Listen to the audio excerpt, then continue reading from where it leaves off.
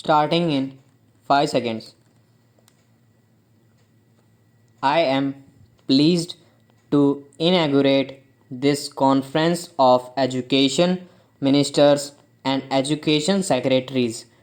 Very important issues concerning education will be discussed and deliberated upon here by both the central and the state governments in the spirit of partnership and democratic federalism.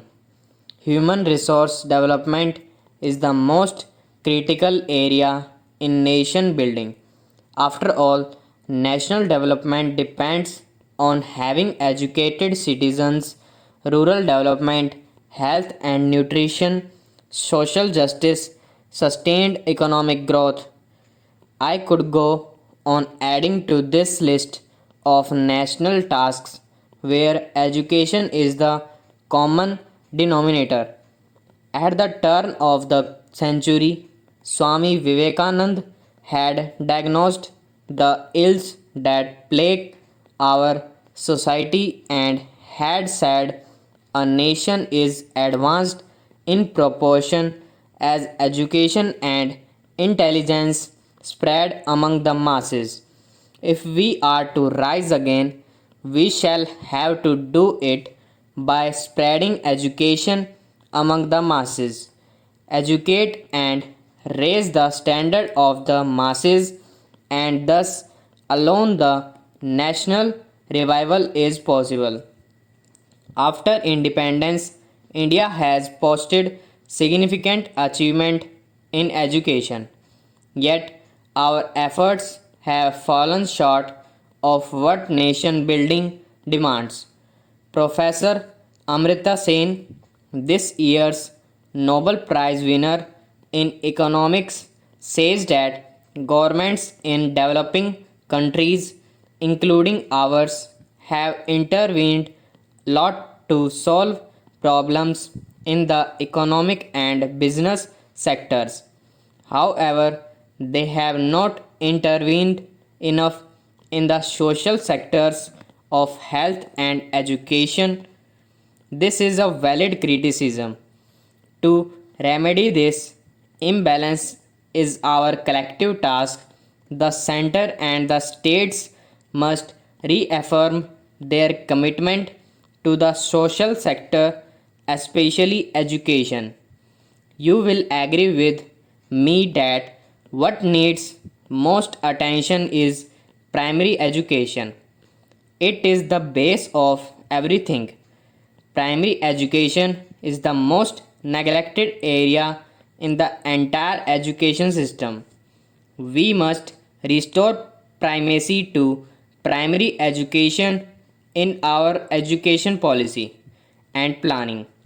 Primary education needs more money, yes, more money to build and maintain proper school building, equip them with book and blackboards and other instruments of teaching, and money also to convert single teacher schools to multiple teacher schools. Money is always scarce. A large part of the education budget goes to pay teachers' salaries. With the recent increases in their pay, there will be even less money for the other equally important items. We therefore need to look at other sources of funding. Private enterprise is now entering professionally education. Can we not come up with innovative ways that attract people to contribute to primary schools? More than money, primary education needs better administrative and managerial skills, and, of course, a far stronger political will. It is said that this most important area of nation building does not attract the best and the brightest administrators. Other departments are considered more glamorous. Primary education is often not the first choice of those who are assigned there. This must change. The most important thing that we can do to improve primary education is to ensure that the best administrators are applying their minds to improve the primary education system. I have some other thoughts that I would like to share with you on the subject. While governments have done a lot to improve teachers' salaries, they have neglected the task of improving their working and teaching environment. Teachers' views are often ignored or not even sought in education planning. The bureaucrats in the education department have an upper hand and often boss over teachers and principals. This is wrong. All those associated with education should understand that a good teacher does not look for a good salary alone. He values even more a better working environment where he feels that he is valued and has a say in the running of his institution. The quality of municipal and other government schools is inferior to that of private schools. One reason, of course, is that richer parents pay for and then demand better service from private schools. In government run schools, where the parents are too poor and themselves uneducated, they cannot demand better service. This places a bigger responsibility on us to run our schools better in the absence of parental demand. Can we face up to that responsibility?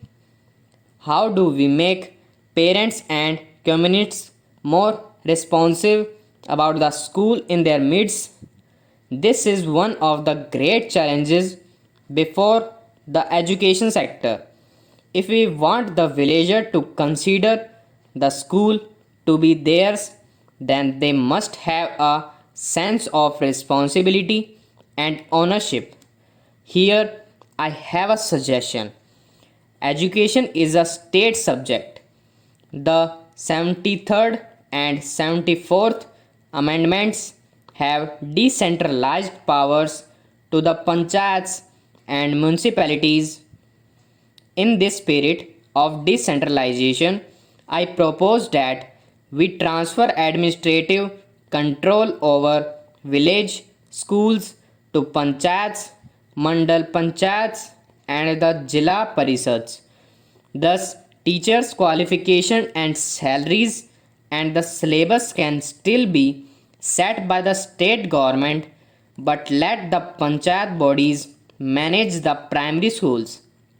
Fund for this can be transferred to the panchayats from the state government.